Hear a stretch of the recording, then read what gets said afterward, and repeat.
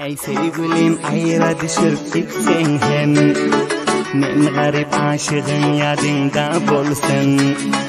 O bana terk edip geçip gitsen hem o bada şoğlanın yadında bolsun.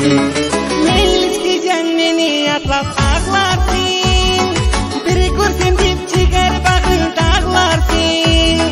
Deren topan okşay okşay doymarsın. Yadigar nişanam yanında kalsın.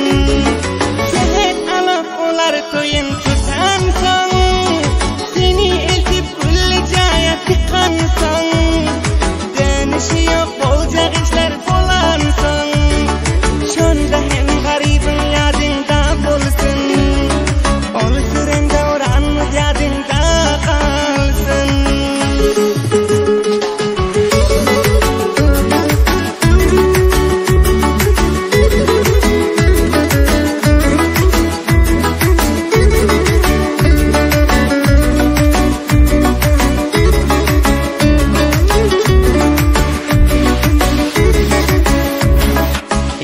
Candan akmatasın alır, seni canım gül hoş içire salar.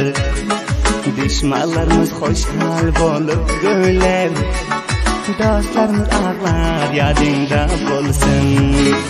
Bir maydacık bilen gelip gidersin, doğan kardeşlerin görüp gidersin.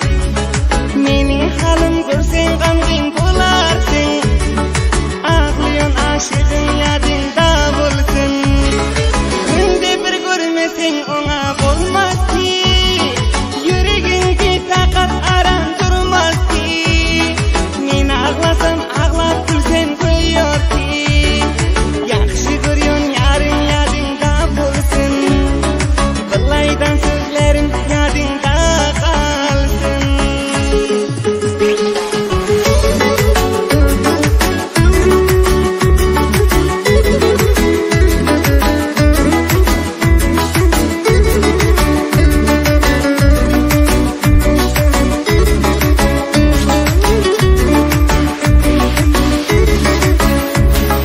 Hayırlaşıp gerhem diyer azizim.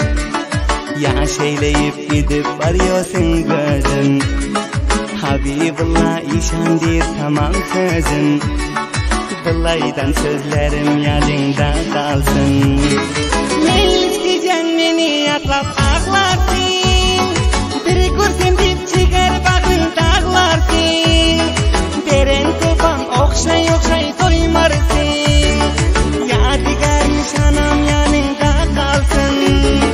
Sehet alıp olar toyun tutansın. Seni eltip kulli caya tıkansın. Dönüşü yok bolcak işler bolansın. Şonda hem garibin yadında bolsun. Ol sürende oranmız yadında kalsın.